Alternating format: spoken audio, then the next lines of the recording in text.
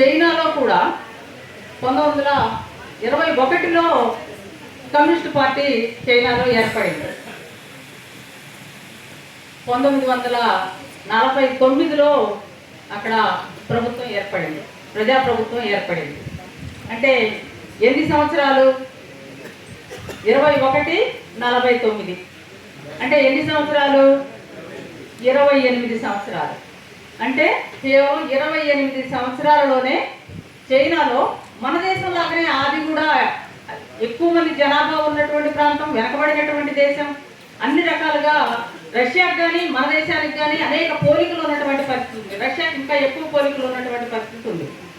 అయినా ఆ దేశాల్లో చాలా తక్కువ సంవత్సరాల్లోనే ప్రభుత్వాలని ఏర్పాటు చేసుకున్నారు. సరే, అవి నిలబడ్డాయా నిలబడలేదా అనేటటువంటిది తర్వాత అంశం, అది చర్చించుకోవాల్సినటువంటి అంశమే. కానీ అతి తక్కువ సంవత్సరాలలోనే ఆయా దేశాలలో ప్రభుత్వాలని ఏర్పాటు చేసుకోగలిగారు.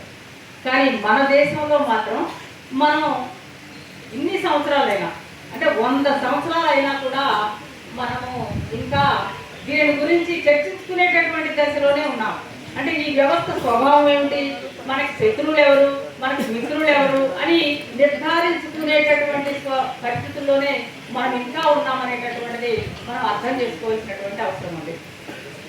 అందుకని మన కేంద్ర కమిటీ ఆలోచించి ఈ 100 సంవత్సరాల కాలంలో అసలు ఏంటి పరిస్థితి, ఏంటి, ఎందుకు ఇట్లా ఇన్ని సంవత్సరాల గ్యాప్ ఏర్పడినా కూడా మనం ఎందుకు ఇంకా తగిన పరిస్థితిలో అనుగుణంగా మనం ఎందుకు నిర్ణయాలు తీసుకోలేకపోయాము, ఎందుకు అభివృద్ధి చెందలేకపోయాము అనేటటువంటిది ఆలోచించుకోవడం కోసం మనం కేంద్ర కమిటీ ఆలోచించి అన్ని రాష్ట్రాల్లో ఇట్లా సదస్సులు, సెమినార్లు జరపాలనేటటువంటిది నిర్ణయం తీసుకుంది. ఆ నిర్ణయంలో భాగంగానే మనం ఇక్కడ సదస్సుని ఏర్పాటు చేశాం. ఈ సదస్సులో ఇందాకే మన వాళ్ళు చెప్పారు 4 అంశాలు ఉంటాయని. ఆ 4 అంశాలలో మొదటి అంశంగా భారత కమ్యూనిస్ట్ పార్టీ ఆవిర్భావం నేపథ్యం అనేటటువంటి అంశాన్ని బత్తిన శ్రీనివాసరావు గారు ఇవాళ మనకు వివరిస్తారు.